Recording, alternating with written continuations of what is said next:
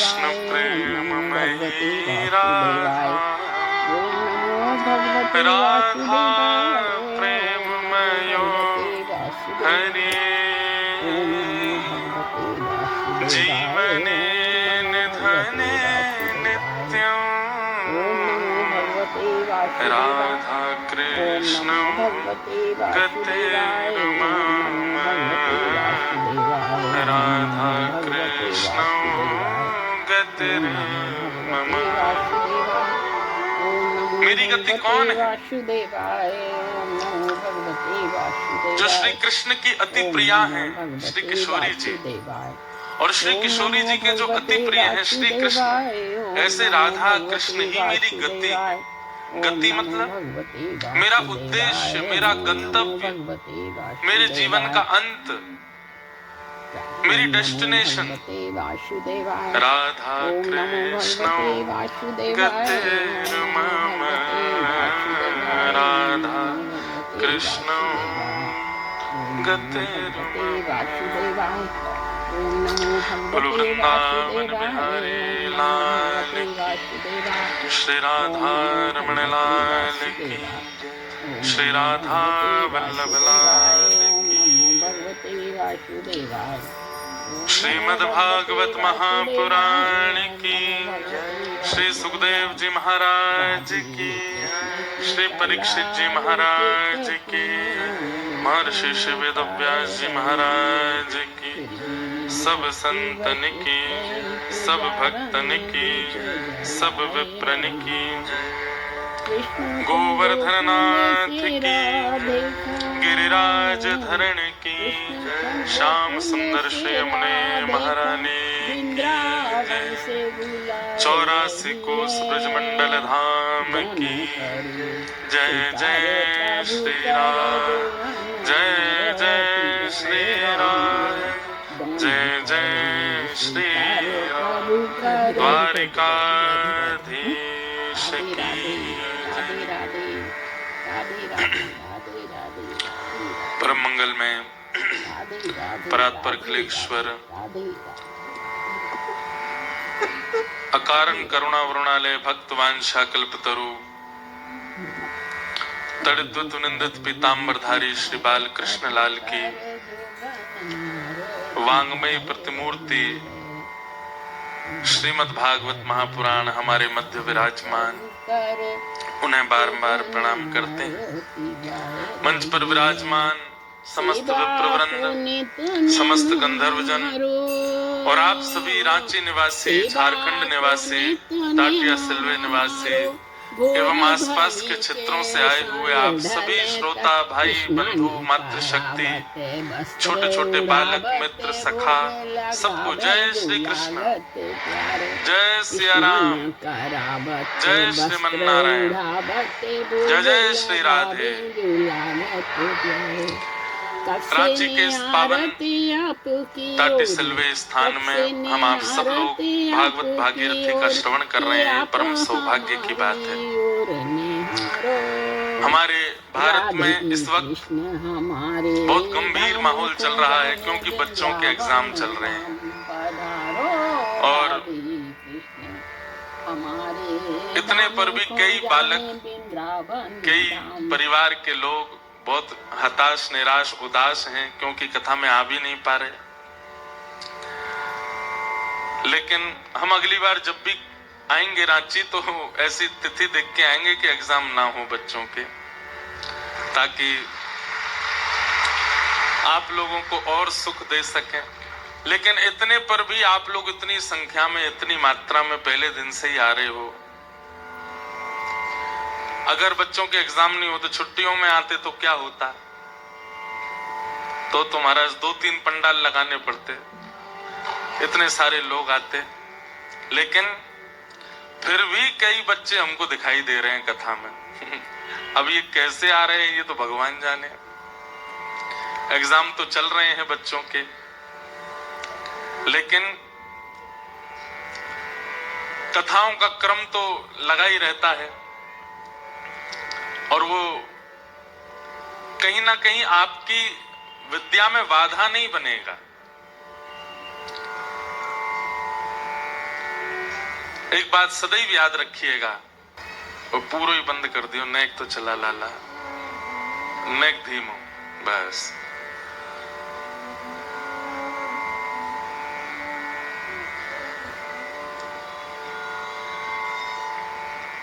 क्या बता रहे थे? हाँ, तो विद्या में बाधा नहीं बनेगा, लेकिन हाँ, अगर परीक्षा सामने है और बगल में ही कथा हो रही है, तो आपको हम निवेदन करेंगे परीक्षाओं को पहले प्रधानता दीजिएगा। 5 प्रकार के यज्ञ बताए हैं: तप यज्ञ, योग यज्ञ, ज्ञान यज्ञ, स्वाध्याय यज्ञ। और तप यज्ञ, योग यज्ञ, ज्ञान, स्वाध्याय यज्ञ और ज्ञान यज्ञ, 4 यज्ञ हैं। उनमें सबसे पहला यज्ञ है तप यज्ञ, यानी 5वां भी याद आ गया। तप यज्ञ, योग यज्ञ, द्रव्य यज्ञ, स्वाध्याय यज्ञ और ज्ञान यज्ञ, ये 5 यज्ञ हैं। सबसे पहला यज्ञ बताया गया तप यज्ञ। आप लोग गिरिराज जी की परिक्रमा देते हो, वृंदावन की परिक्रमा देते हो, तो परिक्रमा देते समय क्या होता है कि आप अपने शरीर से एक प्रकार का तप कर रहे हो। 21-22 किलोमीटर तक पैदल चलना, ये एक प्रकार का तप ही है, तो वो एक यज्ञ कहलाता है, तप यज्ञ। एक आसन पर बहुत देर तक बैठ करके कथा सुनना, ये भी एक तप है। हमारे ठाकुर जी तो कहते हैं गीता में अर्जुन से कि अर्जुन, दुनिया में सबसे कठिन काम क्या है? अर्जुन बोले क्या? स्वयं मौन रह करके किसी और को बहुत देर तक सुनना, ये सबसे कठिन है। लेकिन आप सब लोग करते हो, 3:30 बजे से लेकर के 6:30-7 बजे तक आप लोग बिल्कुल मौन रहते हो, हमें सुनते हो। ये सबसे कठिन है। संसार में हर कोई अपनी सुनाना चाहता है, सुनना कोई नहीं चाहता। तो ये जो शरीर के विपरीत क्रिया होती हैं, उनको तप कहा जाता है। कथा सुनना भी तप है, परिक्रमा लगाना भी तप है, एकादशी व्रत करना भी तप है। तो वो है तप यज्ञ। तप यज्ञ से बड़ा होता है द्रव्य यज्ञ। द्रव्य यज्ञ किसको कहते हैं? पता चला कहीं कथा चल रही है तो आपने अपनी कोई सेवा उसमें कर दी। पता चला कहीं यज्ञ चल रहा है तो उसमें कुछ द्रव्य दे दिया। पता चला कि आपको कि यहाँ पर कन्याओं का विवाह हो रहा है, यहाँ पर असहाय लोगों की सहायता की जा रही है, वहां अपने कमाई में से कुछ अंश प्रदान कर देना, ये द्रव्य यज्ञ है। तप यज्ञ, द्रव्य यज्ञ, और उसके बाद आता है योग यज्ञ। योग यज्ञ किसको कहते हैं? योग का मतलब प्राणायाम ही नहीं होता। योग का मतलब, जैसे आपके रांची में कोई महापुरुष आए, मान लीजिए कोई शंकराचार्य आए, और आप अपने 4 काम छोड़ के उनके दर्शन करने के लिए गए, ये एक प्रकार का योग यज्ञ है। आप आसपास के रांची के क्षेत्र में जो भी तीर्थ स्थान है वहां समय निकाल करके जाते हैं, ये योग यज्ञ है। वैष्णव दर्शन, भक्त दर्शन, संत दर्शन, ये सब योग यज्ञ में कहलाते हैं। और उनके सम्मुख जाकर के उनसे ज्ञान ग्रहण करना, ये योग यज्ञ है। शारीरिक योग नहीं है, मानसिक योग। शरीर को योग क्यों कराया जाता है? स्वस्थ रखने के लिए। ऐसे ही संत जनों के, वैष्णव जनों की, कथा वक्ताओं की वाणी सुनकर के मन को योग करवाया जाता है, इसलिए उसको योग यज्ञ कहते हैं। मन स्वस्थ हो इसलिए। तो तप यज्ञ, द्रव्य यज्ञ, योग यज्ञ, और उसके बाद चौथा आता है स्वाध्याय यज्ञ। स्वाध्याय यज्ञ किसको कहते हैं? पढ़ना, अध्ययन करना, अपने गुरु के द्वारा प्रदत्त जो विद्या है उसको ग्रहण करना। और यहां पर देखिए स्वाध्याय कहा गया। स्वाध्याय का मतलब स्वयं अध्ययनम, खुद पढ़ना। एक होता है कि आपको टीचर ने स्कूल में पढ़ाया, फिर होता है कि आप घर आकर के वही ट्यूशन टीचर से भी पढ़ रहे हो। ये स्कूल में पढ़ना और घर आकर के ट्यूशन टीचर से पढ़ना, ये आपका यज्ञ नहीं माना जाएगा। यज्ञ कब माना जाएगा? जब एकांत में बैठ के खुद किताब लेकर के पढ़ोगे अकेले, वो है स्वाध्याय यज्ञ। बच्चे बोल रहे होंगे हम इसलिए तो नहीं आए थे कथा में कि आप इसका इतना विस्तार करो। बच्चे कह रहे होंगे, बोले भैया क्योंकि कईयों की माता जी पिताजी उन्हीं को देख, सुन ले क्या कह रहे महाराज जी।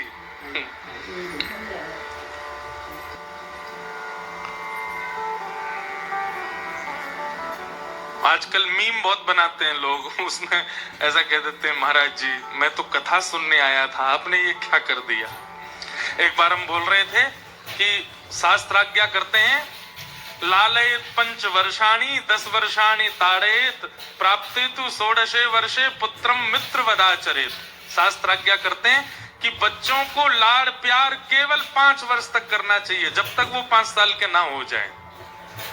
जैसे ही बच्चे 5 साल पूरा करें, 6वें वर्ष में प्रवेश करें तो 10 वर्षानी ताड़ेत।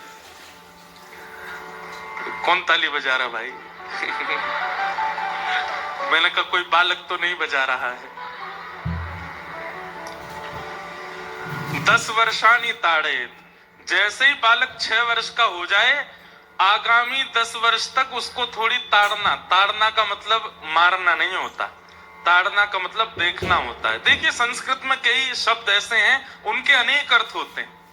अब ताड़ना को लोग समझते हैं कि मारना कह रहे हैं, नहीं।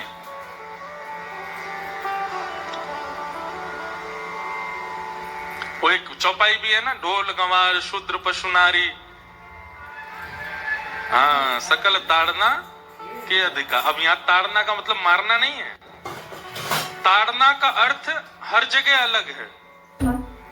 ढोल के लिए ताड़ना मारना है। गंवार का मतलब क्या होता है? जो पढ़ा लिखा नहीं है, जो ज्ञानी नहीं है, उसके लिए ताड़ना क्या है? उसको बताना, उसका ध्यान रखना कहीं कुछ गड़बड़ी ना करे, वहां ध्यान रखना ताड़ना है। शूद्र के लिए ताड़ना क्या है? ध्यान, वहां पर भी ध्यान रखना। जैसे ब्राह्मणी सब कुछ है, वैश्य ही सब कुछ है और क्षत्रिय सब कुछ है, ऐसा नहीं। ब्राह्मण क्षत्रिय वैश्य तीनों को मिलकर के ताड़ना, उनकी रक्षा करनी चाहिए, उनका ध्यान रखना चाहिए। वहां शूद्र के लिए ताड़ना का अर्थ यह है। पशु के लिए ताड़ना क्या है? ताड़ना मतलब चिल्लाना, चीखना, कहीं कोई गड़बड़ी ना करे। अब कहीं कुत्ते घुसाते हैं तो लोग चिल्लाते हैं ना, उस पर हल्ला करते हैं, तो वो ताड़ना कहलाता है। वहां पशु के लिए ताड़ना वो है। अब नारी के लिए ताड़ना क्या है? ताड़ना का मतलब वहां रक्षा है। नारी कौन है? नारी रत्न है। आपको पता है 14 रत्न निकले थे समुद्र मंथन में। 14 रत्नों में एक रत्न था लक्ष्मी। कौन थी? लक्ष्मी। रत्न को सबके सामने उजागर नहीं किया जाता, रत्न को रक्षा करके, रखवाली करके, बहुत संभाल करके रखा जाता है। इसलिए नारी के लिए संभालना, रक्षा करना ताड़ना है। लोगों ने उसका गलत अर्थ लगा दिया। ऐसे ही हमारी संस्कृत भाषा में एक शब्द के अनेक अर्थ होते हैं और कई बार परिस्थिति अनुसार, व्यवहार अनुसार उसका अर्थ बदल जाता है।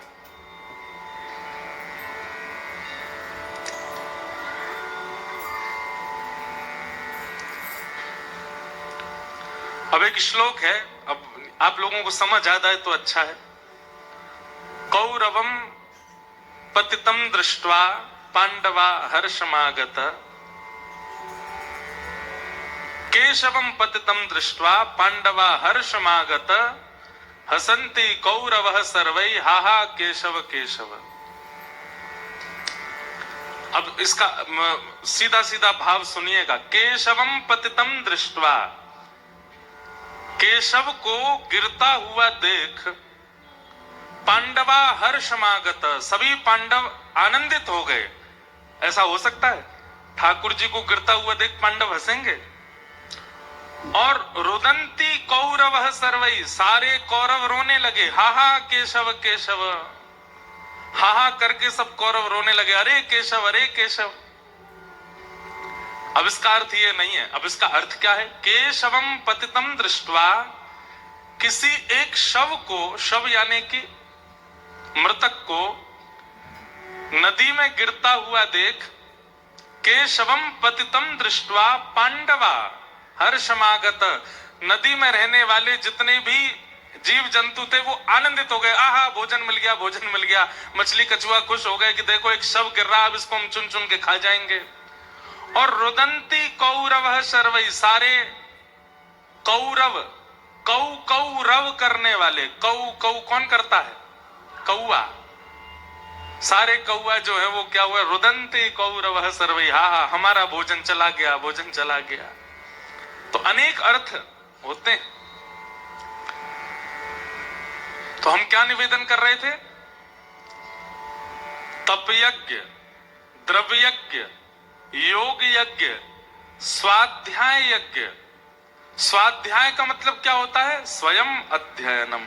आप स्कूल पढ़ते हैं, आप घर आकर के ट्यूशन पढ़ते हैं, अपनी कोचिंग क्लासेस में पढ़ते हैं, तब तक आपका यज्ञ नहीं माना जाएगा। बच्चे ध्यान से सुनिएगा, उनका यज्ञ, उनका पुण्य, उनका दान, उनका सब कुछ तब माना जाता है, बच्चों को अनेक यज्ञों के समान फल प्राप्त होता है जब वो स्वयं पढ़ने बैठते हैं, एकांत में स्वयं पढ़ते हैं, स्वयं अध्ययन करते हैं। स्वाध्याय यज्ञ। और अंतिम यज्ञ कौन सा है? भागवत की कथा, ज्ञान यज्ञ। श्रीमद् भागवत सप्ताह कथा ज्ञान यज्ञ लिखा जाता है। ये 5 प्रकार के यज्ञ हैं। इसलिए अगर बच्चों के एग्जाम चल रहे हैं और वो यूं सोचें कि महाराज हमें तो कथा सुनने के लिए जाना है, वैसे आप स्कूल पढ़ने आए हो, कॉलेज जा रहे हो, कोई एग्जाम नहीं है, उसके बहाने झूठ बोल करके अगर कथा वथा में आ जाओ कभी कभी तो बात अलग है, उसके लिए कोई दोष नहीं। पर अगर आपके एग्जाम चल रहे हैं और फाइनल चल रहे हैं, उस समय आप अगर कथा में जाने की जिद कर रहे हो तो हम आपसे निवेदन करेंगे अभी पहले अपनी परीक्षाएं पूरी करें। और जितने भी बालकों के विशेष रूप से बोर्ड के एग्जाम चल रहे हैं, सबको हमारी शुभकामना, बहुत अच्छे से करो ताकि आप लोग हमारे भारत का भविष्य उज्जवल कर सको। तो आज कुछ प्रश्न आए हैं, जिज्ञासाएं आई हैं हमारे पास, हम जल्दी जल्दी उनका उत्तर देंगे। बहुत ध्यानपूर्वक सुनिएगा सब लोग। एक भैया ने प्रश्न किया है कि महाराज जब नारद मुनि अगर भगवान नारायण के अवतार हैं तो श्रीमद् भागवत में उनका पूर्व चरित्र क्यों कहा गया? नारद जी ठाकुर जी के भक्त हैं, पूर्ण अवतार नहीं है ठाकुर जी के। नारद जी भगवान के भक्त हैं, इसलिए उनका चरित्र पूरा कहा गया है, पूर्व जन्म की कथा बताई गई है, इसलिए ये संशय समाधान। फिर दूसरा किसी ने कहा है आपको अपने ठाकुर जी को गाल पर चंदन लगाने का मन करता है, क्या करें? ये ऐसा पूछा गया है। आपकी अनुकूलता, देखो अपने मन से ठाकुर जी को नहीं तैयार करना चाहिए। हमारे श्री गिरधर लाल जी का नित्य का जो श्रृंगार होता है वो एक प्रणाली के अनुसार होता है, उसमें जैसे वर्ण के वस्त्र जिस दिन बताए गए हैं वैसा ही श्रृंगार ठाकुर जी का होता है। क्योंकि देखिए आप श्रृंगार करते हैं अपने भाव से, पर ठाकुर जी नित्य लीला में हैं। वो आपके घर भले ही बैठे हैं, आपसे श्रृंगार करा रहे हैं, पर ठाकुर जी की नित्य एक अंतरंग लीला चल रही है। और वहां ठाकुर जी ऐसी पोशाक पहन के जाएंगे जिस पोशाक से किशोरी जी प्रसन्न हो। इसलिए प्रणालियों के अनुसार ठाकुर जी की सेवा होनी चाहिए। आपका मन है कि गाल पर चंदन लगा दें ठाकुर जी को, कभी कभी की बात अलग है, पर देखिए चंदन सूख जाता है, सूख करके वो ठाकुर जी के मुख पर गिरता होगा, अब ठाकुर जी तो कुछ कहेंगे नहीं, तो इसलिए चंदन अगर गाल पे लगा भी देते हैं तो थोड़ी देर बाद इत्र लेकर के किसी सुंदर वस्त्र में फिर उनको स्वच्छ कर दिया करें। फिर किन्हीं का प्रश्न है कि शारीरिक कर्म करते हुए भगवत प्राप्ति कैसे हो, आदि आदि सब, ये अधिकतर प्रश्न आता है। अब आप मुझे एक बात बताइए, क्या व्यक्ति संसार छोड़ करके ही भजन करता है क्या?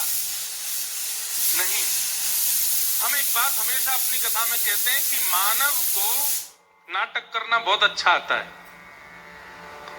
हम लोग नाटक करना बहुत अच्छा जानते हैं और हम लोगों को एक कला और आती है, मन से कुछ तन से कुछ।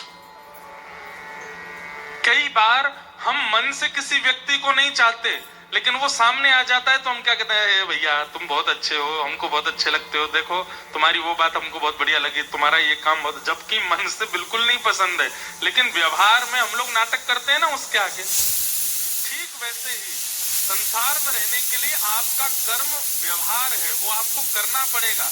वहां आप तन को लगाइए, लेकिन मन में सदा श्री राधा रानी को विराजमान करके रखो, मन में सदा वृंदावन को विराजमान करके रखो, मन से सदा श्री वृंदावन को याद करो। आपने शायद अपने भाव में यह भी कहा है कि नहीं, वो दूसरे हैं शायद। तो इसलिए दो व्यवहार करो, तन से आप कर्म करो, किस लिए? जब तक जीवन है, जब तक प्राण है, तब तक मुझे अपने कर्तव्यों का निर्वहन करना है, पर मन से सदा श्री जी का, सदा वृंदावन का स्मरण करो।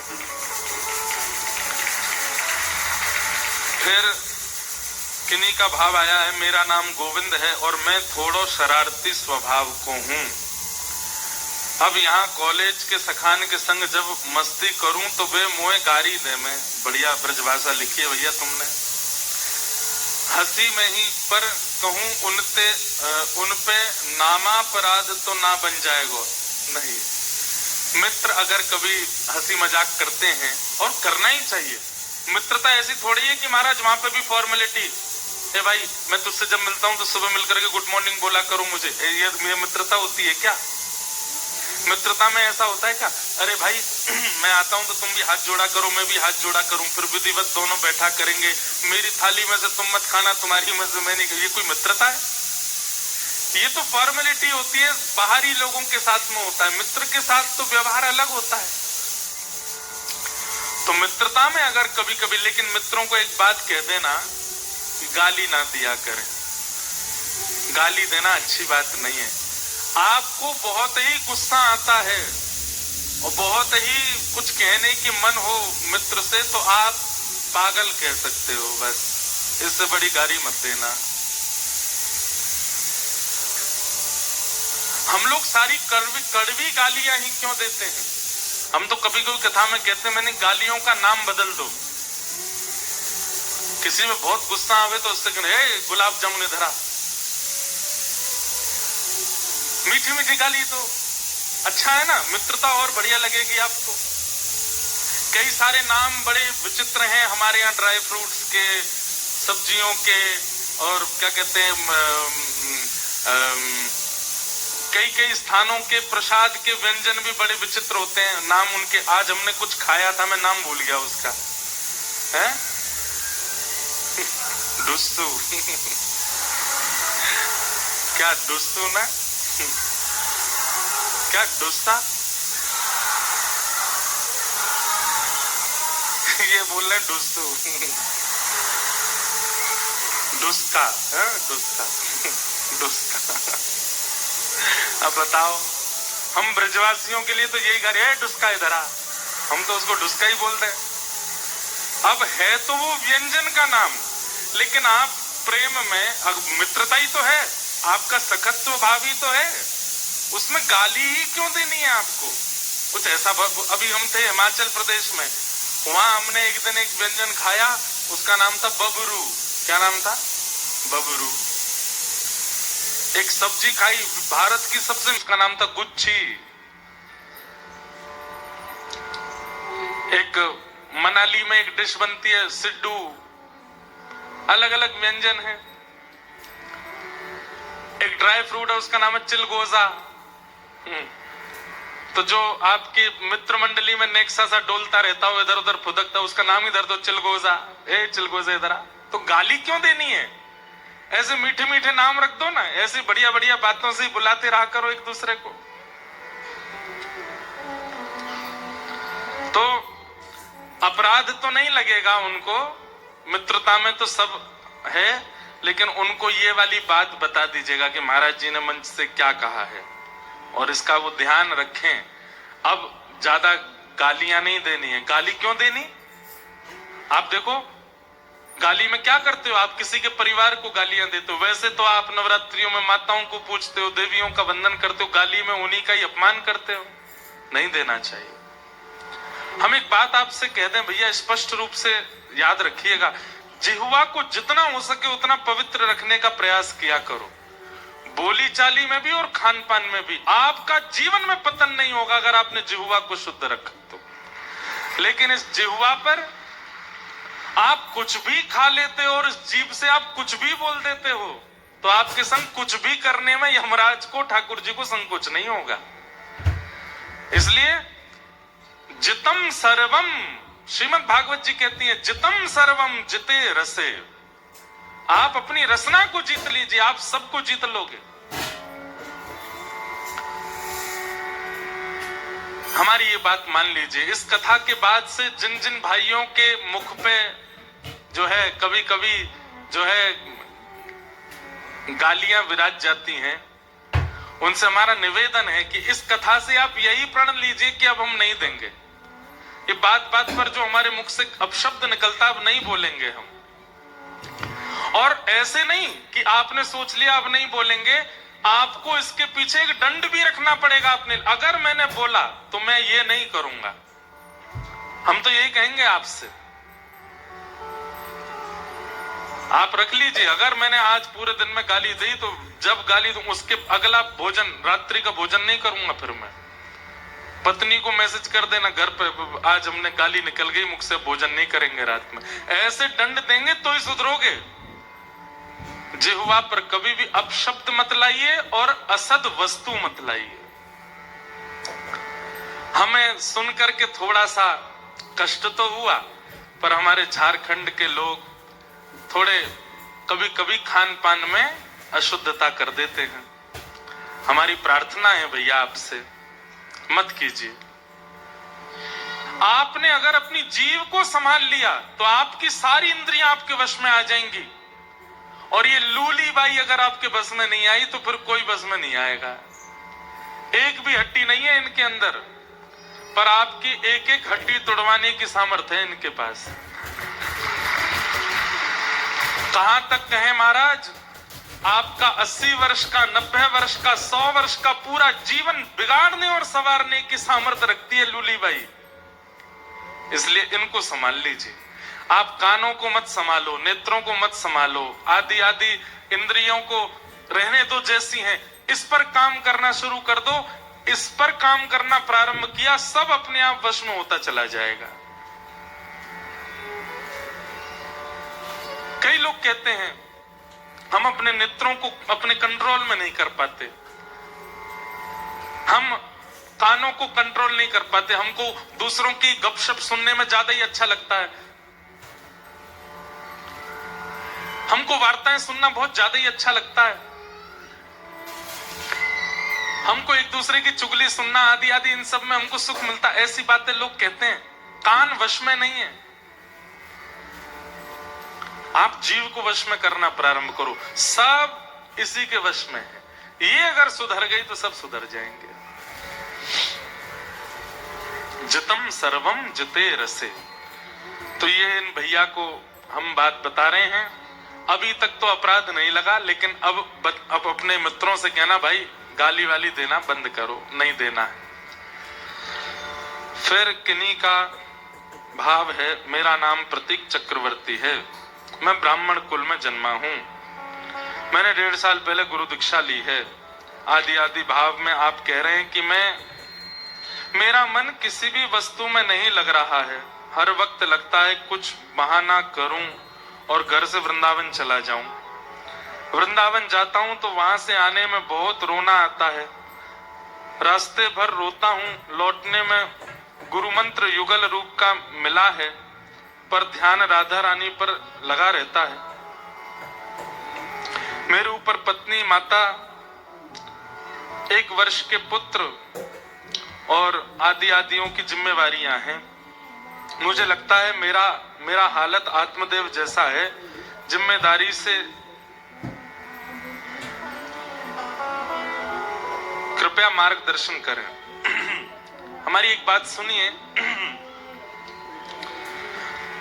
हमने कथा में अनेक बार कहा है, आप इस वक्त धर्म की स्थिति में हो कि आपको देह को वहां पहुंचाने की इच्छा होती है, देह को वृंदावन में रखने की इच्छा होती है। हमसे पूछो, हमारा तो जन्म वृंदावन का, 2-2 महीने तक वृंदावन नहीं जाते, 3-3 महीने तक वृंदावन नहीं जाते। 22 दिसंबर को हम घर से निकले, आज तारीख क्या है? आज तारीख क्या है? 17 फरवरी। अभी तक हम घर नहीं गए, और हम घर कब जाएंगे? 14 मार्च को। तब तक हम बाहर ही हैं। तो हमारी स्थिति तो आपसे भी बुरी हो जानी चाहिए, पर नहीं। हम जिस नगर में, जिस प्रांत में, जिस शहर में जाते हैं, वहीं वृंदावन प्रकट कर देते हैं। क्यों? क्योंकि वृंदावन शरीर उपस्थित करने वाला स्थान नहीं है, वो मन की उपस्थिति होनी चाहिए। आपके ऊपर जिम्मेवारी है अभी अपनी माताजी की, पत्नी की, 1 साल के बालक की। या तो सबको लेके वृंदावन चले जाओ,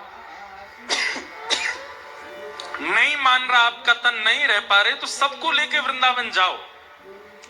पर हमें ये बात कहने में भी यूं लगता है कि ठाकुर जी यूं कह रहे होंगे, नेक्स्ट सो वृंदावन, यहाँ में जगह है ना है, तू और भर दे, लोग अन्य कितनी भीड़ रह जाएगी। पर अगर आपका तन बिल्कुल ही नहीं रह पा रहा है, बिल्कुल जैसे बिना जल की मछली की भांति हो गए हो कि प्राण ही चले जाएंगे, तो सबको लेके वृंदावन चले जाओ। हमारे श्री हरिराम व्यास वृंदावन रस को जिन्होंने बहुत गाया, श्री हरिराम व्यास जी, उनके चरित्र में आता है कि हरिराम व्यास जी एक बार वृंदावन गए, फिर लौट करके नहीं आए। उनके घर परिवार के लोगों ने, पत्नी बच्चों ने खूब बुलाने का प्रयास किया। सब लोग इधर देखो, ध्यान से सुनो, विशेष रूप से आगे वाले। हरिराम व्यास जी लौट करके नहीं गए। तब श्री हरिराम व्यास जी के परिवार वालों ने हितरवंश महाप्रभु जी से कहा कि हम क्या करें, ये वापस नहीं जाते हैं, वहां परिवार है, घर है। और हरिराम व्यास जी बहुत विद्वान थे, ओरछा बुंदेलखंड के निवासी थे, इतने सारे इनके अनुयायी हैं, ये वहां जाकर के भक्ति का प्रचार करेंगे तो और वैष्णवों का कल्याण होगा, आप इनको आज्ञा दीजिए कि ये जाएं। तो महाप्रभु जी ने मन बना लिया कि हम श्री हितरवंश महाप्रभु, जिन्होंने श्री राधा वल्लभ लाल जी को विराजमान किया, उन्होंने मन बना लिया कि हम हरिराम व्यास जी को आज्ञा कर देंगे कि आप जाओ, ओरछा में रहो। तो श्री हरिराम व्यास जी को जैसे ये बात पता चली कि महाप्रभु जी मुझे आज्ञा देने वाले हैं कि तुम वापस चले जाओ, रोने लगे, बिलखने लगे। वृंदावन के रूख हमारे, मात पिता गुरु बंधु, लिपट लिपट करके वृंदावन के एक एक वृक्ष से रोने लगे हरिराम व्यास जी। बोले, भैया मेरे भैया यही हैं, मेरी माता यही है, मेरे पिता यही हैं, मेरे सर्वस्व ये वृंदावन के वृक्ष ही हैं, मैं इन्हें छोड़ के कैसे जाऊं।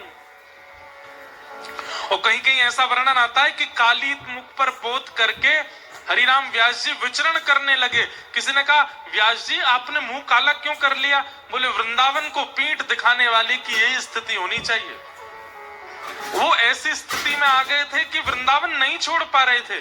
तब हितरवंश महाप्रभु ने जब उनकी ये दशा देखी, रो रो करके बुरा हाल, प्राण निकलने को हो रहे हैं, तब महाप्रभु जी ने कहा, भैया देखो, इसने वृंदावन को पकड़ा होता तो मैं आज्ञा कर देता और ये वृंदावन छोड़ के चला जाता, पर इसने वृंदावन को नहीं पकड़ा है, वृंदावन ने इसको पकड़ा है, ये नहीं जा पाएगा यहां से। तो अभी आपकी जो स्थिति है, जिन भैया का ये भाव है, आपने वृंदावन को पकड़ा है, वृंदावन अगर आपको पकड़ेगा तो आप रांची में ही वृंदावन प्रकट कर दोगे, रांची में ही वृंदावन का अनुभव करने लग जाओगे। इसलिए हमारी प्रार्थना है, कथाएं सुनकर के, नाम जप करके, अपने कर्तव्यों का निर्वहन करके नित्य मानसी भाव से वृंदावन का दर्शन कर लिया करो।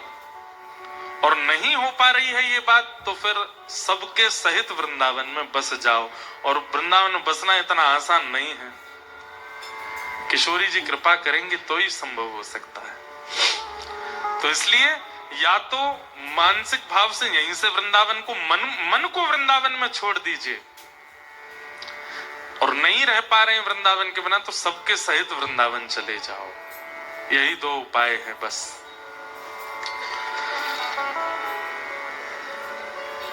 अब एक भैया हैं कि जन माता जी हैं, एक ही पर्चा में 4 प्रश्न लिख दिए लगातार।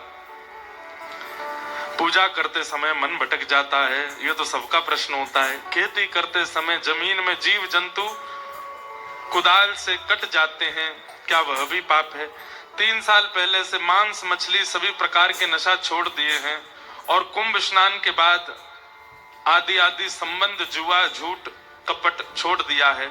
अब मुझे गुरु मंत्र जाप करना है, क्या करें? पहली बात आपने कही कि पूजा करते समय मन भटकता है, सबका भटकता है। संसार में ऐसा कोई नहीं जो ध्यान के समय उसका मन ना विचलित होता हो। इसके लिए एक ही उपाय है, आप अपने नित्यचर्या में बैठने, सबके पास यूट्यूब है, फोन है, पहले उसमें कोई प्रवचन सुनिए, और जो प्रवचन सुन रहे हैं वो केवल सुनिए नहीं, उसका दृष्टिगोचर, उसकी लीला का सामने पूरा दृश्य देखिए, और उस दृश्य को देखते हुए फिर अपनी पूजा में प्रवेश किए, अपने नित्य कर्म में, अपने नाम जप में प्रवेश करो। आपका मन धीरे धीरे धीरे धीरे भटकना कम होगा। और फिर भागवत में कपिल देवभूति संवाद में अष्टांग योग बताए हैं, 8 प्रकार के योग, यम नियम आसन प्राणायाम प्रत्याहार ध्यान धारणा और समाधि। उससे मन एकाग्र होता है, उस पर हम विस्तार से चर्चा कथा में करेंगे। फिर आपने कहा कि खेती करते समय जमीन में जीव जंतु आदि आदि आ जाते हैं, आप जानबूझ के तो नहीं कर रहे ना उनको। अगर आप कुछ कर रहे हो उस समय अगर कोई दिख जाए तो निश्चित है कि आप उसको हटा दोगे वहां से। जानबूझ करके अगर किया जाए तो वह पाप माना जाएगा, पर जानबूझ करके तो नहीं किया। अगर हाँ, इतना ध्यान रखा कीजिए कि अगर आपको दिख जाए कि कोई जीव है, कोई ऐसा सर्प आदि है, तो उसको वहां से हटाने का या भगाने का प्रयास करके आगे क्रम अपना किया करें। फिर आपने कहा 3 साल पहले मांस मछली आदि सब छोड़ दिया, नशा छोड़ दिया, आदि आदि सब, आप जुआ कपट छल सब छोड़ दिया।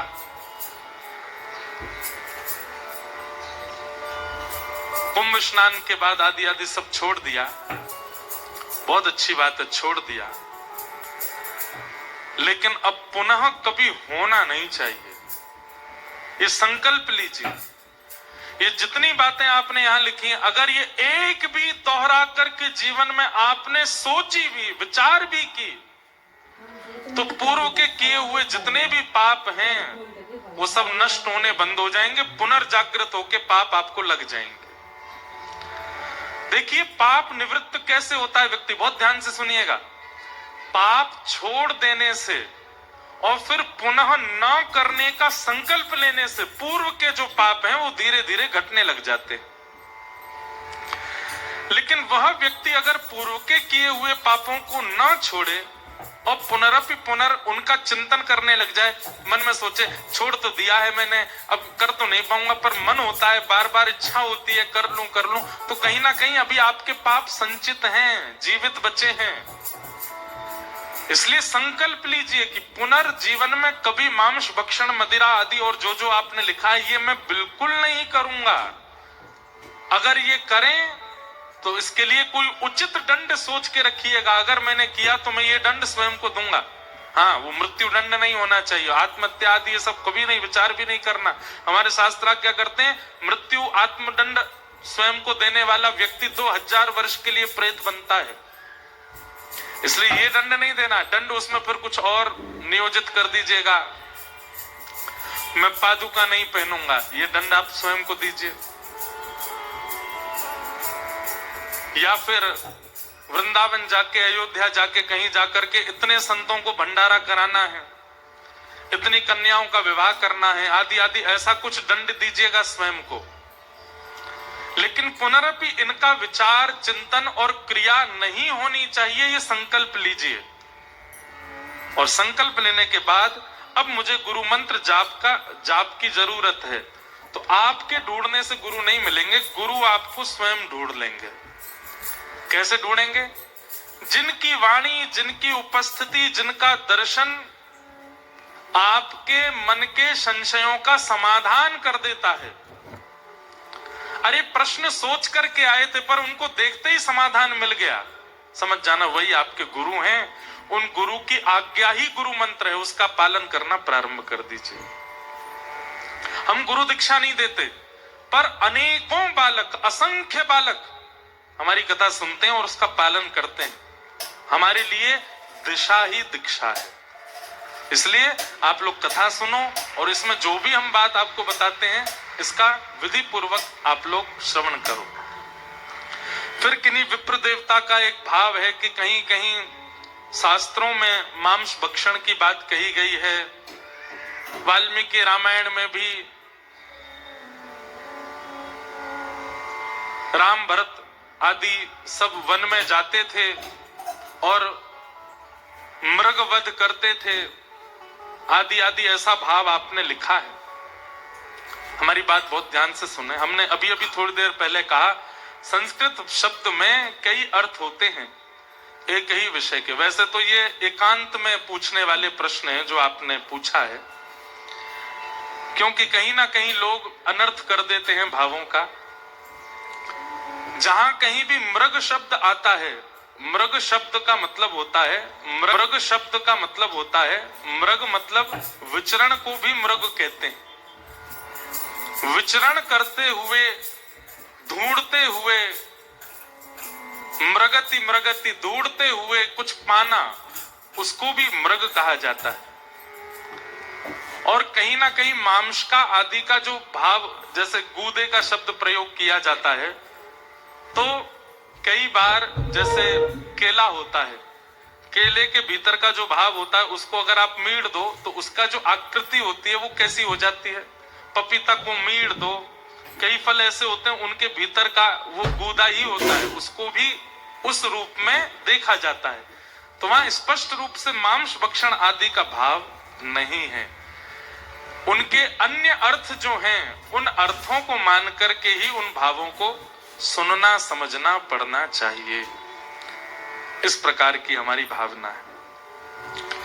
और इतने सारे कुछ भाव आए हैं, इन भावों को हम एकांत में पढ़ लेंगे। ये प्रश्न नहीं है, ये भाव मात्र हैं। तो आज के जो भी प्रश्न समाधान हुए सबको हम बारंबार प्रणाम करते हैं। आइए आज के क्रम में प्रवेश करते हैं। कल बंधुओं चतुर्थ दिवस है कथा का, और कल ठाकुर जी का मंगलमय जन्मोत्सव कथा में मनाया जाएगा। आप सब लोग कल 3 बजे, जो कई लोग हैं धीरे धीरे आना शुरू करते हैं, 6 बजे तक तो सब लोग आते हैं। कल प्रयास कीजिएगा थोड़ा जल्दी ही सब लोग आकर के व्यवस्थित हो जाएं, और कल नंदोत्सव का सुख हम लोग बड़े भाव से लेंगे। बोलो वृंदावन बिहारी लाल की जय।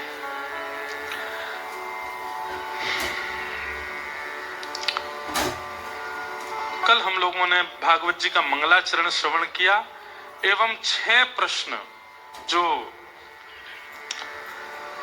सौनकादि ऋषियों ने सूत जी से किए हैं उनका भाव श्रवण किया। तत्पश्चात भगवान के अवतारों का वर्णन, चतुर्वेदों का वर्णन, भागवत जी के निर्माण की कथा सुनाई गई, और नारद जी की पूर्व जन्म की कथा सुनाते हुए वेदव्यास जी के द्वारा श्रीमद् भागवत की रचना और भागवत जी श्री सुखदेव जी को प्रदान करना, ये सब चरित्र सुनाए गए। सुखदेव जी को भागवत जी का ज्ञान उनके पूज्य पिताजी महर्षि श्री वेदव्यास जी ने प्रदान किया। शुकाचार्य जी ने यही भागवत की कथा फिर परीक्षित को सुनाई। प्रश्न किया गया, महाराज ये परीक्षित कौन है और इनको 7 दिन में मरने का श्राप क्यों लगा था? कृपा करके हमें विस्तार से बताइए। और यहाँ महाभारत का कुछ अंश सुनाया जाता है, बहुत ध्यान से सुनिएगा। यदा मृधे कौरव संजयानाम वीरेस्वथो वीरगतेषु ब्रकोदरा विघ्नगदा विमर्श भृगनोरुदंडे धृतराष्ट्रपुत्रे। महाभारत का युद्ध विश्राम हो चुका था, पांडवों की विजय हो गई थी, कौरव सब हार गए थे। अंतिम युद्ध हुआ था भीम और दुर्योधन के बीच। भीम ने अपनी गदा का प्रहार दुर्योधन की जंघा पर किया, जंघा टूट गई और दुर्योधन गिर पड़ा। महाभारत का युद्ध पांडव जीत गए। लेकिन अभी अर्ध मरणासन अवस्था में पड़ा हुआ दुर्योधन अपनी मृत्यु का बदला लेने के लिए छल का प्रयोग करता है। बंधुओं देखो, हम एक बात थोड़ी कुछ दिन से प्रकाश में डालते हैं कि आपके साथ किसी ने कुछ किया और फिर उसके बाद आपके मन में यह आता मैं इससे बदला लेके रहूंगा। ये बदले की भावना जैसे ही आपके चित्त में आती है तो अनेक प्रकार के पाप आपके चित्त में जन्म ले लेते हैं। कहां तक कहें, आप लोगों को शायद अनुभव भी होता होगा, जैसे ही आप बदले की भावना चित्त में लाते हैं आपके मन में ये तक विचार आ जाता है कि इसकी मृत्यु कैसे होगी। इसलिए हमारी एक प्रार्थना मानिएगा, व्यक्ति अपनी विचारधारा से, अपने सोच से कितना भी बुरा क्यों ना करे, हां, अगर उसने घनघोर अपराध किया है, छोटे बालकों के साथ दुराचार किया है, किसी कन्या के साथ या मातृशक्ति के साथ दुर्व्यवहार किया है, तो वहां उसको क्षमा नहीं करना है। इस प्रकार के घनघोर अपराधों में तो क्षमा नहीं करना है, पर सामान्य आपकी मान की हानि कर दी हो, आपको कुछ अपशब्द कह दिया हो, या सामान्य सी कोई ऐसी बात जिससे 2-4 दिन आपको नींद ना आ रही हो, ऐसी स्थिति में क्षमा कीजिए। बात लिख लीजिएगा कहीं पर कि भक्ति पथ, आध्यात्म पथ आपको लेट गो करना सिखाता है, आपको छोड़ना सिखाता है। चलो छोड़, कोई बात नहीं। अगर ये स्वभाव आपका नहीं बना है, आप छोटी छोटी बातें लेकर के बैठ जाते हैं लड़ने के लिए, और महाराज बदला लेके रहूंगा, पीछे नहीं हटूंगा, देख लूंगा इसको, मैं देखता हूं मेरी कितनी बड़ी बड़ी पहुंचे, अभी ये जानता नहीं है, मैं क्या करके दिखा सकता हूं। इस प्रकार का व्यवहार यदि आपके चित्त में आता है, आप राक्षस हो। ये राक्षस स्वभाव है। और कई लोग ऐसे होते हैं कि परिवार में, नातेदारों में, रिश्तेदारों में अगर किसी का स्वभाव ऐसा होता ना, अरे छोड़ो जाने दो, हमें कुछ नहीं कहना, तो दूसरे लोग उनको और चढ़ाते हैं, अरे ऐसे कैसे, तुम तो बड़े भोले हो, तुम तो सीधे, भैया भलाई का जमाना नहीं है, ऐसा ऐसा करो उसके साथ। नहीं, आप कहेंगे महाराज जी आप तो व्यास मंच पर ऊंचे बैठ गए हो, लोग बाग आपको माला पहनाते हैं, प्रणाम करते हैं, आपको क्या पता कि लोग क्या क्या करते हैं। हमें नहीं पता होगा। अगर हजारों लोग कथा सुनकर के प्रेम करने वाले हैं ना, तो इन्हीं हजारों में कई सारे लोग हमको भी अपशब्द कहने वाले होते हैं। जरूरी नहीं है कि सब जगह प्रेमी ही मिलते हैं, कई जगह बहुत उल्टी बुद्धि वाले लोग भी मिल जाते हैं।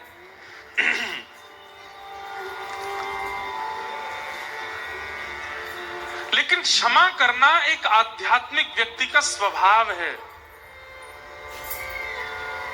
हो सकता है कि आप अपनी पीड़ा हमारे सामने सुनाते हुए ये कह देंगे, महाराज जी देखिए हमारी पीड़ा सुनो, इसमें क्षमा कहां तक जायज है बताओ। पर हमारी एक बात, आप हमसे व्यक्तिगत मिलोगे ना तो हम यही कहेंगे क्षमा मत करो, दंड दो, पर हम मंच से कह सकते हैं। आप अगर क्षमा करेंगे ना तो उस व्यक्ति को वो दंड मिलेगा जो आप सोच भी नहीं पाओगे, और वो दंड ठाकुर जी देते हैं। फिर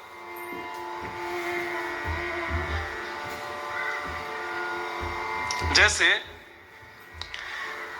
एक उदाहरण सुनिएगा बहुत ध्यान से। बच्चा अगर गड़बड़ी करे, कुछ गलती करे घर में, बच्चे बहुत ध्यान से सुनिएगा, अगर आपने कुछ गड़बड़ी करी, कोई गलती करी और मां ने देख लिया और मां ने देख करके आपको छोड़ दिया, तो आपकी टेंशन बढ़ जानी चाहिए। क्यों? मां ने छोड़ दिया, पिताजी मां से ज्यादा दंड देंगे, इसलिए 2-4 चपाटे मां के ही खा लो ताकि पिताजी तक बात ना पहुंचे, क्योंकि पिताजी के हाथ में बात आ गई तो फिर कार्य बहुत ज्यादा बिगड़ जाएगा। ठीक वैसे ही आपके साथ किसी ने अनुचित व्यवहार किया, आप अगर उसको दंड दोगे तो वो दंड एक प्रकार का बदला, वो आप बदला लेने की भावना आपके मन को बिगाड़ेगी। उसको तो केवल आप दंड देके थोड़ी पीड़ा दोगे, लेकिन कहीं आपने अगर उसको क्षमा कर दिया, जाने दिया, तब ठाकुर जी आपकी कमान संभालते हैं। बोले अच्छा इसने क्षमा किया, मैं नहीं करूंगा, अब इसका दंड मैं दूंगा। और ठाकुर जी जब दंड देते हैं तो वो दंड आपके विचार से परे होता है। तो ये एक आध्यात्मिक स्वभाव है, ये एक भक्ति पथिक का स्वभाव है कि वो जाने देता है बातों को, ठीक है। पर हां, कुछ अपराध ऐसे हैं उनमें नहीं। पत्नी के साथ दुर्व्यवहार होता है, बच्चों के साथ दुर्व्यवहार होता है, पति के साथ भी दुर्व्यवहार होता है। वैसी स्थिति, वो चरम स्थिति आ जाए तो बात अलग है। पर सामान्य सी मानहानि जैसी है, सामान्य सा कुछ अपशब्द है, सामान्य सी कुछ बातें हैं, उनमें तो थोड़ा छोड़ने दिया करो बातों को, उसको पकड़ के मत बैठा करो। उससे आपका ही मन खराब होता है। रात भर नींद नहीं आ रही, टेंशन बढ़ी जा रही है, क्यों? देख लूंगा, मेरे रिश्तेदारों के आगे इतना बुरा बोल दिया, मुझको गलत बोल दिया है। क्या गलत बोल दिया? 500 गज में मकान है हमारा, 300 गज ही बताए, बस मेरी मान की हानि कर दी है। अरे 500 गज में बना रखा, 300 गज बोल रहा था वहां पे। रुक जा, अगली बार तेरे रिश्तेदार आएंगे, मैं 100 गज ही बताऊंगा। छोटी छोटी बातें हैं, इस पे भी लोग इतना गुस्सा करते हैं। नहीं, ये वैष्णव स्वभाव नहीं, घोर संसारी का स्वभाव है ये। इसलिए कभी कभी दुर्योधन, पूरी सेना खत्म हो गई, अपने खत्म हो गए, भाई खत्म हो गए, परिवार खत्म हो गया, उसके बाद भी दुर्योधन के मन में यह नहीं आया कि चलो जाने दिया जाए। नहीं, अश्वत्थामा गुरुपुत्र को कहता है, इन पांडवों, भाई खत्म हो गए, परिवार खत्म हो गया, उसके बाद भी दुर्योधन के मन में यह नहीं आया कि चलो जाने दिया जाए। नहीं, अश्वत्थामा गुरुपुत्र को कहता है, इन पांडवों ने हमारा वंश खत्म कर दिया, इन पांडवों ने हमारा पूरा परिवार, हमारी सेना खत्म कर दी, इनको हम जीने नहीं देंगे। अगर हम हस्तिनापुर की राज्यगद्दी पर नहीं बैठ पाए तो ये भी नहीं बैठने चाहिए। अश्वत्थामा बोला क्या करूं? बोले धर्म से तो युद्ध हमने कर लिया, अब अधर्म से करो। धर्म क्या है? सूर्य उदय से सूर्यास्त तक युद्ध कर सकते हो।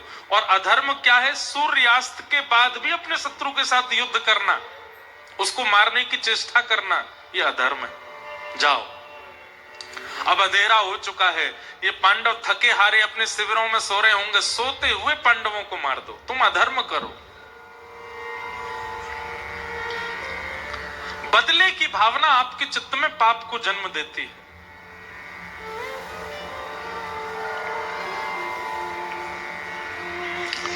अश्वत्थामा गए, लेकिन ठाकुर जी के मन में कुछ और चल रहा था। पांडवों को लेकर के भगवान कहीं और चले गए, लेकिन द्रौपदी के 5 पुत्र सोते रह गए और अश्वत्थामा ने अंधेरे में जल्दीबाजी के चक्कर में द्रौपदी के 5 पुत्र मार दिए।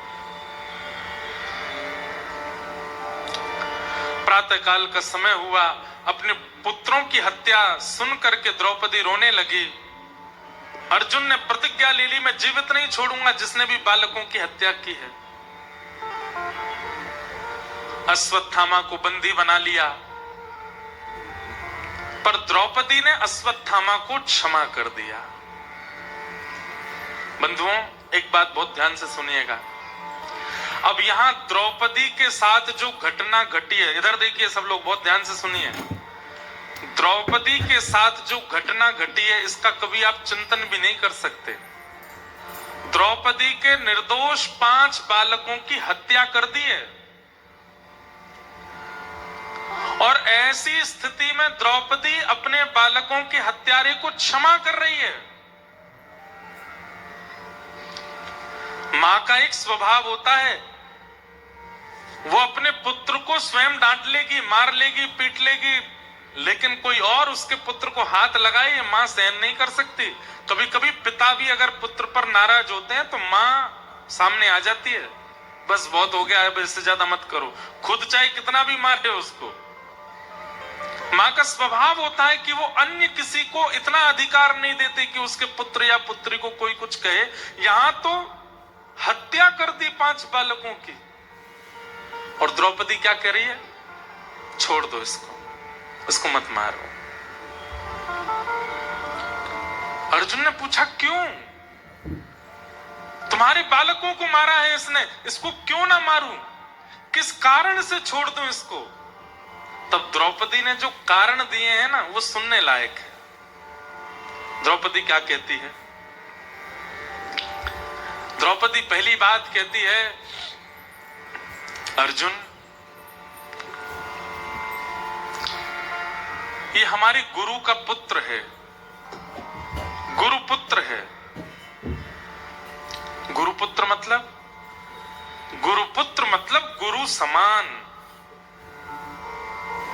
महाभारत युद्ध में गुरुदेव तो मारे गए, लेकिन गुरुपुत्र को कम से कम गुरु रूप मान करके छोड़ दो। जिन गुरु जी ने धनुष उठाना सिखाया, बाण चलाना सिखाया, रणभूमि में खड़ा होना सिखाया, उन गुरु के ऋण से हम कभी उऋण नहीं हो पाएंगे। कम से कम उनके पुत्र को गुरु रूप मान करके क्षमा कर दो। गुरु निष्ठा।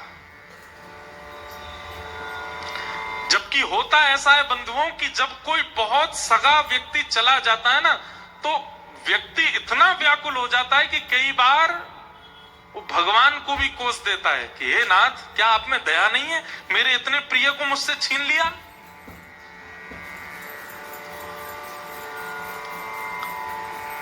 हमारी कथा इतने लोग सुनते हैं, पर कई बार अपने ही किसी प्रिय के घर में कोई घटना हो जाती है, हम भी अगर जाते ना तो कई बार, महाराज जी आपने कैसी कथा सुनाई, आपने क्या कथा सुनाई, आपको इतना प्रेम करते थे, आपके प्रति इतना भाव रखते थे, क्या हो गया? लोगों के मन में एक क्षण नहीं लगता विश्वास। महाभारत का युद्ध पांडव जीत गए, लेकिन अभी अर्ध मरणासन अवस्था में पड़ा हुआ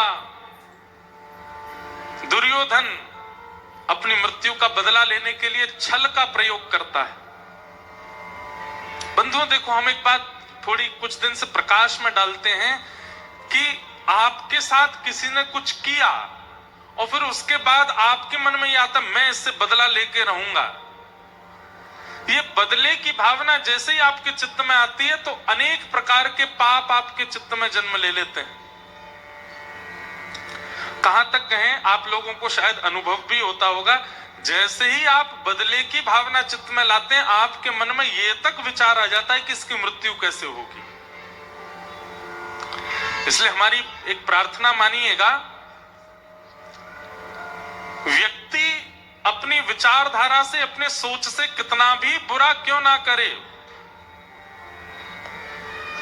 हां, अगर उसने घनघोर अपराध किया है, छोटे बालकों के साथ दुराचार किया है, किसी कन्या के साथ या मातृशक्ति के साथ दुर्व्यवहार किया है, तो वहां उसको क्षमा नहीं करना है। इस प्रकार के घनघोर अपराधों में तो क्षमा नहीं करना है, पर सामान्य आपकी मान की हानि कर दी हो, आपको कुछ अपशब्द कह दिया हो, या सामान्य सी कोई ऐसी बात जिससे 2-4 दिन आपको नींद ना आ रही हो, ऐसी स्थिति में क्षमा कीजिए। एक बात लिख लीजिएगा कहीं पर कि भक्ति पथ, आध्यात्म पथ आपको लेट गो करना सिखाता है, आपको छोड़ना सिखाता है। चलो छोड़, कोई बात। अगर ये स्वभाव आपका नहीं बना है, आप छोटी छोटी बातें लेकर के बैठ जाते हैं लड़ने के लिए, और महाराज बदला लेके रहूंगा, पीछे नहीं हटूंगा, देख लूंगा इसको, मैं देखता हूं मेरी कितनी बड़ी बड़ी पहुंचे, अभी ये जानता नहीं है, मैं क्या करके दिखा सकता हूं। इस प्रकार का व्यवहार यदि आपके चित्त में आता है, आप राक्षस हो। ये राक्षस स्वभाव है। और कई लोग ऐसे होते हैं कि परिवार में, नातेदारों में, रिश्तेदारों में अगर किसी का स्वभाव ऐसा होता ना, अरे छोड़ो, जाने दो, हमें कुछ नहीं कहना, तो दूसरे लोग उनको और चढ़ाते हैं, अरे ऐसे कैसे, तुम तो बड़े भोले हो, तुम तो सीधे, भैया भलाई का जमाना नहीं है, ऐसा ऐसा करो उसके साथ। नहीं। आप कहेंगे महाराज जी आप तो व्यास मंच पर ऊंचे बैठ गए हो, लोग बाग आपको माला पहनाते हैं, प्रणाम करते हैं, आपको क्या पता कि लोग क्या क्या करते हैं? हमें नहीं पता होगा। अगर हजारों लोग कथा सुनकर के प्रेम करने वाले हैं ना, तो इन्हीं हजारों में कई सारे लोग हमको भी अपशब्द कहने वाले होते हैं। जरूरी नहीं है कि सब जगह प्रेमी ही मिलते हैं, कई जगह बहुत उल्टी बुद्धि वाले लोग भी मिल जाते हैं।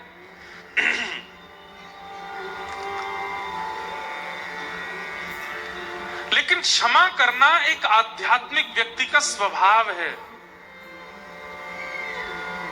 हो सकता है कि आप अपनी पीड़ा हमारे सामने सुनाते हुए ये कह देंगे महाराज जी देखिए हमारी पीड़ा सुनो, इसमें क्षमा कहां तक जायज है बताओ?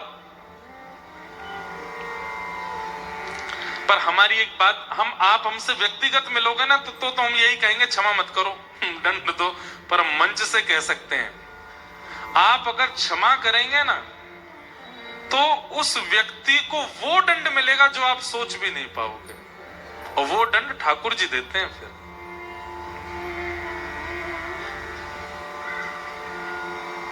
जैसे एक उदाहरण सुनिएगा बहुत ध्यान से। बच्चा अगर गड़बड़ी करे, कुछ गलती करे घर, मेरा एक एक निर्णय, मेरा एक एक कदम, मेरी एक एक बात को वो ध्यान पूर्वक सुन रहे हैं। मेरी परीक्षा चल रही है, मुझे बहुत सावधानी रखनी है, पीछे हटना नहीं है, भागना है नहीं, मुंह नहीं फेरना है, करना है उस क्रिया को, लेकिन ये विचार करके करना है कि ठाकुर जी की दृष्टि है। उस समय यदि आपके निर्णय, आपका व्यवहार, आपका स्वभाव, आपकी विचारधारा, आपके क्रोध, सब पर अगर आपने नियंत्रण कर लिया, तो जिस प्रकार अभी द्रौपदी से ठाकुर जी प्रसन्न हो गए, ऐसे आपसे हो जाएंगे। इसलिए विपरीत परिस्थिति में आप सब सोचते हो, पर एक बात का विचार किया करो, ठाकुर जी देख रहे। पर एक बात का विचार किया करो, ठाकुर जी देख रहे। आप जब एकांत में बैठ के रोने लग जाते हैं, आप जब स्वयं को कोसने लग जाते हैं, आप दर दर भटकने लग जाते हैं, उस स्थिति से निकलने के लिए कुछ भी करने को तैयार हो जाते हैं, उस समय ये विचार कर लिया कीजिए ठाकुर जी देख रहे हैं आपको। हम एक बात कहते हैं, पानी में अगर गहरे पानी में कभी जाओ तो बचने का एक नियम सुन लीजिए।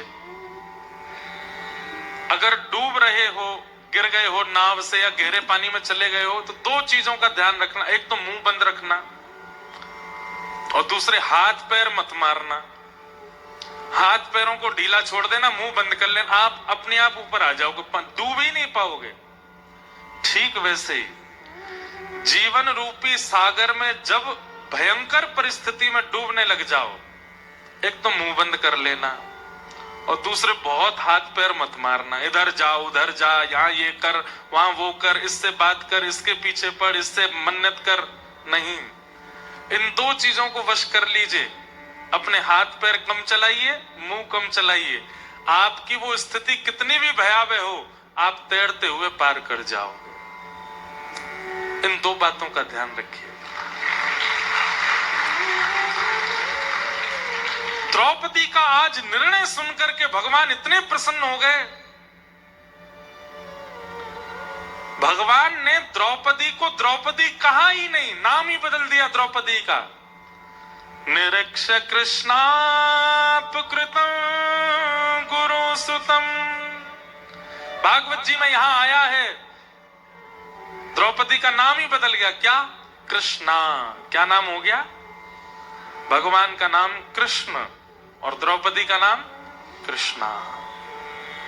कृष्णा जो है ना स्त्रीलिंग शब्द है, कृष्ण ये पुल्लिंग शब्द है, ये ठाकुर जी का नाम है।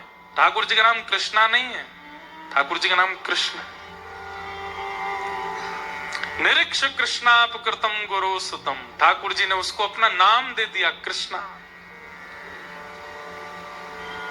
और ठाकुर जी कह रहे हैं मैं दया का देवता, ये दया की देवी है।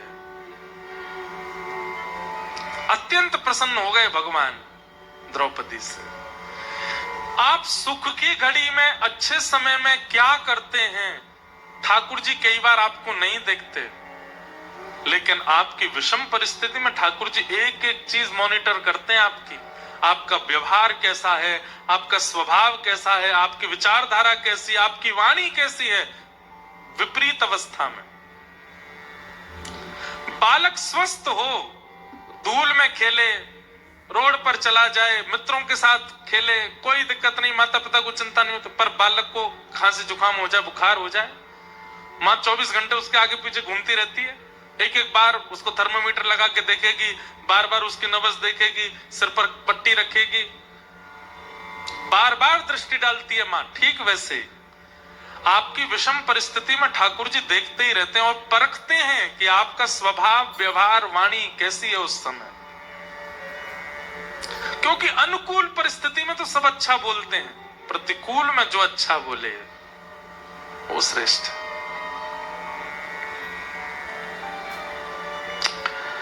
भगवान ने, अर्जुन ने अश्वत्थामा को छोड़ दिया, आधी दाढ़ी मूछ आधे केश मोड़ दिए, शिखा छेदन कर दिया, मणिम जहार मूर्धन्यम, उसके ब्रह्म तेज की मणि को निकाल लिया। अश्वत्थामा निकल गया सभा से,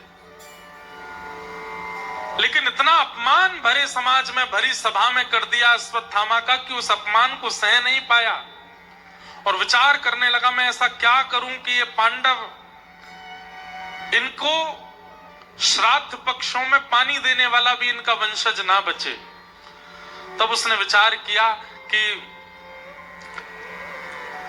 अर्जुन के पुत्र अभिमन्यु मारे गए महाभारत युद्ध में, पर अभिमन्यु की पत्नी वो सगर्भा है, गर्भवती है, उसके गर्भ के बालक को मैं नष्ट कर दूं। जघन्य पाप, घनघोर पाप किया अश्वत्थामा ने, गर्भ के बालक को मारने का प्रयास किया।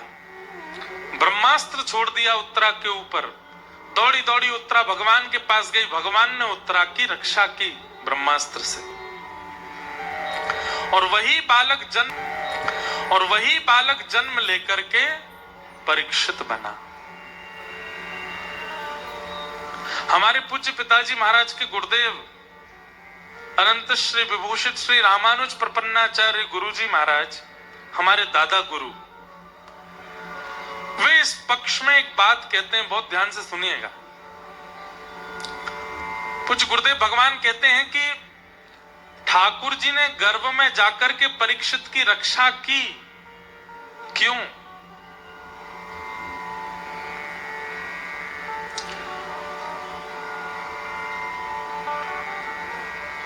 माता के गर्भ में कई बार कई बालक प्राण त्याग देते हैं,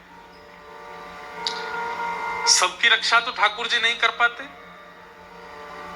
पर परीक्षित में ऐसा क्या विशेष है कि उसकी ठाकुर जी ने गर्भ में जाके रक्षा की। द्रौपदी के 5 पुत्र भी तो मारे गए अश्वत्थामा के द्वारा, ठाकुर जी ने उनकी रक्षा नहीं की, पर उत्तरा के गर्भ के बालक की रक्षा की, क्यों? तो हमारे गुरुदेव भगवान कहते हैं ठाकुर जी को यह बात पता थी कि भविष्य में चल करके ये भागवत का श्रोता बनने वाला है, ये भागवत को सुनने वाला बनेगा और श्रीमद् भागवत सुनकर के भक्ति मार्ग में अग्रसित होगा।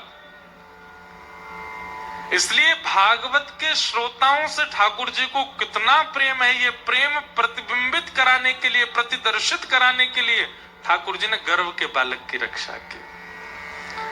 आप सब लोगों को अपनी पीठ थपथपानी चाहिए कि आप कथा सुन रहे हैं, ठाकुर जी को श्रोताओं से इतना प्रेम है, कथा सुनने वालों से इतना प्रेम है कि वे गर्भ में भी यदि संकट में होते हैं, ठाकुर जी वहां रक्षा करते हैं। कथा श्रवण करने वाला इतना प्रिय लगता है। गोपियां कौन है? तब कथामृतम, ऊपर लिखा है, तब कथामृतम तप्त जी विव्रीडितं कल्मषापहं श्रवणमङ्गलम् श्रीमदाततं भुवि गृह्णन्ति ते भूरिदा जनाः। गोपी गीत का एक श्लोक है। गोपियां कौन है, क्यों प्रेम करते हैं ठाकुर जी उनके साथ, क्यों रास रचाते हैं? क्योंकि गोपियां कथा श्रवण करती हैं, श्रोता। रुक्मणी जी से विवाह क्यों करते हैं भगवान? क्योंकि रुक्मणी जी अपने पत्र में लिखती हैं, श्रुत्वा गुणान भुवन सुंदर शणवताम ते, मैं आपकी कथा सुनती हूं। ठाकुर जी कहते हैं मेरी पत्नी बनने योग्य हो। हनुमान जी महाराज राम जी को इतने प्रिय क्यों हैं? प्रभु चरित्र सुनवे को रसिया, राम लखन सीता मन बसिया। आप लोग यदि उठा करके देखेंगे तो हर जगह ठाकुर जी ने अपने प्रेम का इजहार किया है, तो वो श्रोताओं के प्रति किया। सुनने वाले इतने प्रिय लगते हैं ठाकुर जी को। हम कथा सुना रहे हैं, व्यास मंच पर बैठे हैं, ऊंचे बैठे हैं, पर निश्चित ही ठाकुर जी की दृष्टि मेरे पे नहीं होगी। यहाँ बैठे हुए सब श्रोताओं को ही देख रहे होंगे, और आप सबके मुखमंडल को देख करके ठाकुर जी इतने प्रसन्न हो रहे होंगे, मेरी कथा सुन करके कितना आनंद में आ रहा है। अब इसका विकार धीरे धीरे ठीक होगा। अब इसके अंदर एक दोष है, वो दोष मैं व्यास जी से बुलवाऊंगा। तो कई बार देखना आप अनुभव करेंगे, आपके जीवन की ऐसी ऐसी घटना व्यास मंच से बोल दी जाती हैं, आपको लगेगा ये तो मेरे लिए कही गई बात। कैसे?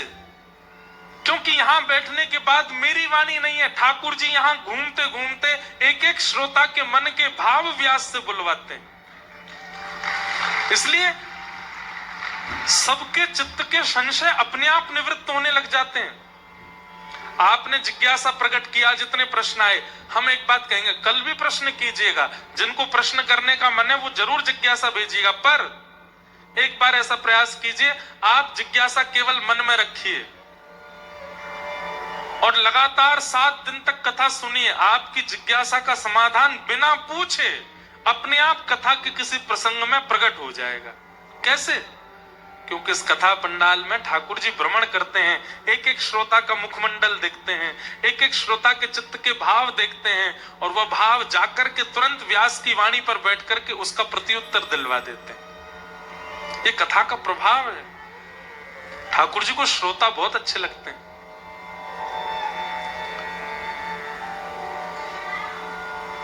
सुनने वाले बहुत प्रिय। दास भगत मेरे मुकुट मणि, ठाकुर जी गाते हैं।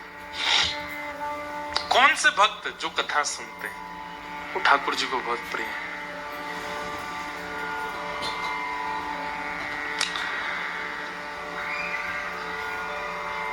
उत्तरा के बालक की भगवान ने रक्षा की। पूज्य दादा गुरुदेव भगवान कहते हैं क्योंकि वह बालक भविष्य में कथा का श्रोता होने वाला था, इसलिए। नहीं तो परीक्षित से ऐसी कोई विशेष क्रिया तो नहीं हुई थी आगे चल के। एक छत्र सम्राट थे, वो तो उनको होना ही था क्योंकि पांडव उनको बिठा करके गए थे। उनके द्वारा कलयुग को रोका गया। पांडव होते तो पांडव भी रोक देते, कलयुग को बांधा गया, पांडव भी बांध देते। पर विशेष क्रिया क्या हुई कि एक महत् पुरुष के द्वारा 7 दिन तक अपनी मृत्यु काल में मरणासन अवस्था में बैठ करके उन्होंने भागवत की कथा को श्रवण किया। वे श्रोता हैं भागवत के, इसलिए ठाकुर जी को अति प्रिय है।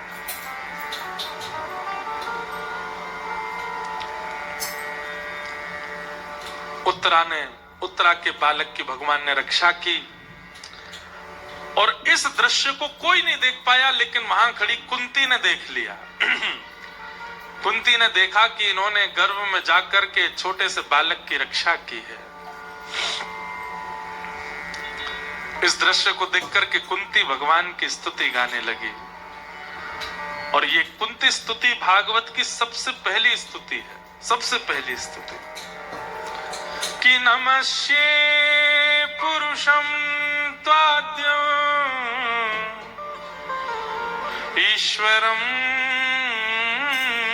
प्रकृते परं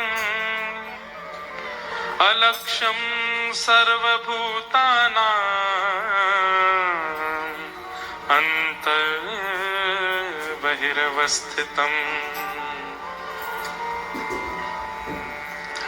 कुंती क्या कह रही है भगवान से?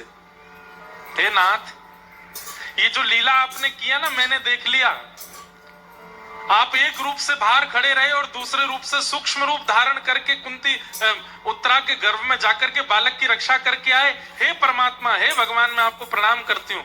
ठाकुर जी बोले, बुआ, उल्टी नदी बहा रही हो, आप मेरी बुआ हो, मैं आपका भतीजा हूं, मुझे आपको प्रणाम करना चाहिए, आप मुझे क्यों प्रणाम कर रही हो? कुंती कहती है, क्योंकि आप परमात्मा हो, आप भगवान हो। भगवान बोले, मैं भगवान हूं, इसका कोई प्रमाण है आपके पास? बोले, हाँ, एक रूप से बाहर खड़े और एक रूप से भीतर जाके आपने बालक की रक्षा की, मैंने देखा। तो भगवान क्रॉस क्वेश्चनिंग करते हैं। क्या पूछते हैं? अगर मैं भगवान हूं, बुआ, अगर आप कहती हो कि मैं भगवान हूं, तो मेरे द्वारिका गमन पर आप इतनी विचलित क्यों हो रही हो? भगवान तो सब जगह रहता है, कण कण में विद्यमान है। मैं द्वारिका जाने की बात करता हूं तो आप रोने क्यों लग जाती हो? अगर मैं परमात्मा हूं तो मुझे द्वारिका जाने दो, क्योंकि परमात्मा तो कण कण में है, वो छोटे छोटे कणों में भी, यहां पर भी विद्यमान है। एक प्रकार से ठाकुर जी बोले, अगर मैं परमात्मा हूं तो मैं सब जगह दिखता क्यों नहीं हूं? बताओ। कुंती से भगवान ही पूछ रहे हैं, अगर मैं परमात्मा हूं तो मेरी व्यापकता सर्व जगह होनी चाहिए, मैं दिखता क्यों नहीं हूं? बताओ। तब कुंती कहती है कि माया जवनिका छन्न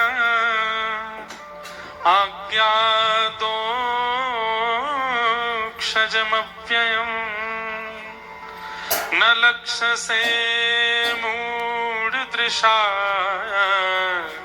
नटो नाट्य धरो यथा। जिस प्रकार कठपुतली नाचती है, कठपुतली गिर जाती है, कठपुतली हंसती है, कठपुतली रोती है, देखने वालों को लगता है कठपुतली सारी क्रिया कर रही है, पर नहीं नाथ, एक व्यक्ति अपने हाथों में धागा बांध करके उस कठपुतली से नृत्य करवाता है। कठपुतली और उस व्यक्ति के बीच में एक पर्दा पड़ा होता है, अगर वो पर्दा हटा दिया जाए तो सारा भेद खुल जाएगा। कठपुतली की अपनी सामर्थ्य नहीं, कोई व्यक्ति पीछे से नचा रहा था। ठीक वैसे ही हमें व्यक्ति नाचता, गाता, खेलता, कूदता, कमाता दिखता है, माया का पर्दा पीछे पड़ा है। सदगुरु जीवन में आकर के जैसे ही माया का पर्दा हटा देंगे, सारे भेद खुल जाएंगे कि मानव की अपनी सामर्थ्य। पता नहीं समझ में आई? ऐसी बजाती समझ में आई बात? क्यों नहीं दिखते ठाकुर जी? क्योंकि माया वो बीच में खड़ी है। आपको दिख रहा है, व्यास जी मंच पर आते हैं, बैठ के क्या बढ़िया कथा सुनाते हैं, क्या गाते हैं, क्या आनंद कराते हैं। अब करते तो हम ऐसे ही हैं, उठपटांग, जैसी जैसी गुरुदेव आदियों की कृपा थोड़ा बहुत सुना देते हैं। आप लोगों को लगता है देखो कितना अच्छा बोला है इन्होंने, कितनी अच्छे गाए, पर ये माया अगर अलग हो जाए सामने से तो आप सबको भेद पता चल जाए कि ये नहीं बोल रहे हैं, इनके पीछे जो त्रिभंग लली बैठे हैं ना, वही इनकी वाणी का माध्यम लेके वही इनसे बुलवा रहे हैं। इनकी क्या सामर्थ्य जो ये बोले, वही बुलवा रहे हैं। आपको ये बात पता चल जाएगी अगर सदगुरु आपको दृष्टि प्रदान कर दें तो। जब तक सदगुरु दृष्टि नहीं देंगे आपको ये लगेगा ये कितना सुंदर, ये कितना धनवान, ये कितना ऐश्वर्यवान, ये कितना मायावान। अच्छा, माया किसको कहते हैं? जो आपको अपनी ओर खींचे। ठाकुर जी के अलावा जितनी भी वस्तु संसार की आपको अपनी ओर खींचे वही माया है। जो आपको अपना आदि बना दे, जिसका एडिक्शन आपको हो जाए, जिसके बगैर आप जी ना पाओ, वही माया है। धन माया है, वैभव माया है, प्रतिष्ठा माया है, ऐश्वर्य माया है, कंचन माया है, सब माया है। जो आपको अपनी ओर खींच लेती है, और एक बार उसका आस्वादन करने के बाद, एक बार उसको चखने के बाद फिर बार बार उसको चखने की इच्छा प्रकट हो, उसमें उस स्थिति में जाने की इच्छा प्रकट हो, वो माया है। और ये माया जब तक जीवन में रहेगी तब तक हमको इंसान ही दिखेंगे, तब तक हमको संसार ही दिखेगा, ठाकुर जी नहीं दिख सकते। वही बात यहां कुंती कह रही है, माया जवनिका छन्न आज्ञा दोक्षजम अव्ययम। हे अधोक्षज, आप इसलिए नहीं दिखते क्योंकि माया बीच में खड़ी है। कैसे दिखेंगे? गुरु कृपा, गुरु यदि प्रसन्न हो जाए तो संभव है। आगे कुंती भगवान की स्तुति गाती है, और कुंती अंत में भगवान के आगे झोली फैलाती है, और झोली फैला के कहती है, मैं आपसे कुछ मांगना चाहती हूँ। भगवान बोले मांगो। नहीं, पहले वचन दो, जो मांगूंगी सो दोगे। भगवान बोले आप मांगिए, हम देने में देरी नहीं करेंगे। नहीं नहीं, पहले वचन रख दीजिए कि जो मांगूंगी वो दोगे। भगवान ने वचन दिया, जो मांगोगी सो देंगे, मांगो क्या चाहिए। तो कुंती कहती है कि विपदा संतु न सस्वत तत्र तत्र जगत गुरु भवतो दर्शनम यत् स्यात् अपुनः भव दर्शनम। हे नाथ, इस संसार में जितनी पीड़ा है, जितने कष्ट हैं, जितने दुख हैं, जितने दारिद्र्य हैं, जितनी विपत्तियां हैं, वो सब मेरे जीवन में आ जाएं, कृपा करके ऐसा अनुग्रह कर दो। सुनते ही ठाकुर जी पीछे खिसक गए। बुआ क्या मांग रही हो? और मुझसे वचन रखवा लिया आपने कि जो मांगूंगी सो दोगे। ये क्या मांगा आपने? दुख, दारिद्र्य, संकट, कष्ट, विपत्ति, तुम्हारा पेट नहीं भरता क्या? बचपन से मैंने तुम्हारा जीवन देखा, आज तक कभी आप प्रसन्न नहीं रही हो। छोटी सी अवस्था में एक संत की कृपा से आपको ऐसा मंत्र प्राप्त हुआ कि उस मंत्र के उच्चारण से देवता आपके सामने प्रकट हो जाते थे, और एक बार आपने उस मंत्र का उच्चारण किया, सूर्य प्रकट हो गए। आपने सूर्य देवता से कहा, मैं तो ऐसी देख रही थी मंत्र में सामर्थ्य कि नहीं, आप चले जाओ। सूर्य देव बोले ऐसे तो नहीं जाएंगे, कुछ दे के जाएंगे। और सूर्य ने अपना जैसा पुत्र आपको दे दिया, कर्ण। छोटी सी अवस्था में बिना विवाह के आपको पुत्र प्राप्त हो गया। लोक मर्याद की भावना को चित्त में रखते हुए उस बालक को लता पत्रों में लपेट करके आपने बहा दिया। एक माँ अपने पुत्र को बाल्यकाल में बहा देती है, कितना कष्ट। नेत्रों में आंसू हैं, मुख पर प्रसन्नता है। मुझे बाल्यकाल में बिना विवाह के पुत्र प्राप्त हुआ और उस पुत्र को नदी में बहाना पड़ा। ये कष्ट मेरे जीवन में आया। पीलिया का मरीज और ना जाने कितनी बीमारियों के मरीज पति से मेरा विवाह हुआ, ये कष्ट मेरे जीवन में आया। मेरे बच्चों को कभी राज शासन सुख नहीं भोगना पड़ा, उनको दर दर भटकना पड़ा, वन में जाना पड़ा, कितने कष्ट सहने पड़े। मेरे अपने पुत्र कर्ण को अपनी आंखों के आगे मृतक देखना पड़ा, और उसमें भी किसी को पता ना चल जाए, इसलिए प्रसन्नता व्यक्त करनी पड़ी कि अच्छा हुआ। इन सारे कष्टों को भोगते समय एक बात देखी आपने कन्हैया, क्या? कि तुम हमारे साथ ही थे, तुम मेरा हाथ पकड़ के खड़े थे, मुझे छोड़ करके नहीं गए। और आज जब युधिष्ठिर हस्तिनापुर का राजा बन गया, जब पांडवों को महाभारत युद्ध की विजय प्राप्त हो गई, जब हम लोग फिर से सुखमय जीवन में आ गए, तो तुम रथ पर बैठ करके द्वारिका जा रहे हो, हमें छोड़ करके जा रहे हो। इसलिए मैं झोली फैला करके कह रही हूं, मुझे कष्ट दे दो, क्योंकि जब जब कष्ट था तुम हमारे साथ थे, और आज जब सुख आया तो तुम हमें छोड़ के जा रहे हो। मुझे कष्ट भोगने की इच्छा नहीं है, मुझे कष्ट में रहने की लत नहीं लगी है, मुझे आपकी लत लग गई है, मुझे आपके संग रहने की इच्छा है। मुझे आदत दुख की नहीं है, आदत आपकी है कन्हैया। कष्ट इसलिए मांग रही हूं क्योंकि मैंने आज तक देखा है कि कन्हैया कष्ट के घड़ी में हमारे साथ खड़ा है। और आज आपको जाते देख मुझे युधिष्ठिर के माथे पर यह मुकुट अच्छा नहीं लग रहा है, क्योंकि इसी की वजह से आप जा रहे हो। अगर आज भी पांडव हार गए होते, पांडवों के साथ में अच्छा ना हुआ होता, हम लोग नहीं जीते होते, तो अब भी तुम चिंता करके हमारा हाथ पकड़ के खड़े ही होते। इसलिए मुझे ये सुख अच्छा नहीं लग रहा है, क्योंकि आप जा रहे हो। भगवान ने दौड़ करके कुंती को हृदय से लगा लिया। दाता तेरा मेरा प्यार कभी ना बदले, दाता तेरा मेरा प्यार कभी ना बंधु। श्री राधा रमण लाल, श्री राधा वल्लभ लाल, श्री बिहारी जी, जहां भी आपकी निष्ठा है, इस भाव को गाया कीजिए उनके सामने। हम जितना प्रेम आपसे करते हैं, जितनी प्रीति आपसे है नाथ, चाहे दुनिया के संबंध हमारे छूट जाएं, पर आपके प्रति हमारा प्रेम कभी कम ना हो नाथ।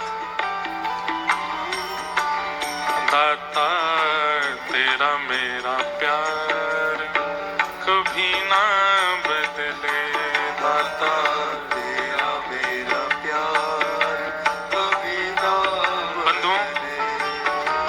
आप जिनमें निष्ठा रखते हो उनका चिंतन करो चित्त में, और उनका चिंतन करते हुए भाव से मेरे साथ गाओ। दाता मेरा ये विचार कभी ना बदले, दाता मेरा ये विचार कभी ना बदले, दाता मेरा ये विचार कभी ना बदले, दाता मेरा ये विचार कभी ना बदले, दाता तेरा मेरा प्यार कभी ना बदले, दाता तेरा मेरा प्यार कभी ना बदले, ओ दाता तेरा मेरा प्यार कभी ना बदले, दाता तेरा मेरा प्यार कभी ना बदले। हे द्वार तेरे पे आता रहूं मैं, चरणों में शीश झुकाता रहूं मैं। द्वार तेरे में आता रहूं मैं, चरणों में शीश झुकाता रहूं।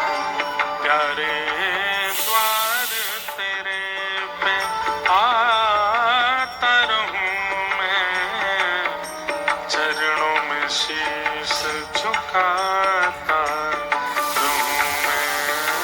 द्वार तेरे में आता रहूं मैं, चरणों में शीश झुकाता रहूं।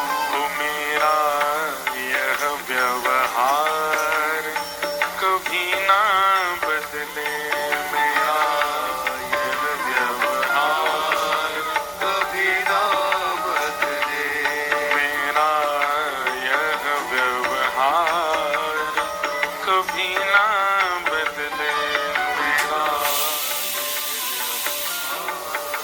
कभी ना बदले, ओ दाता मेरा ये विचार कभी ना बदले, दाता मेरा ये विचार कभी ना बदले, दाता मेरा ये विचार। नंदलाल मेरो है,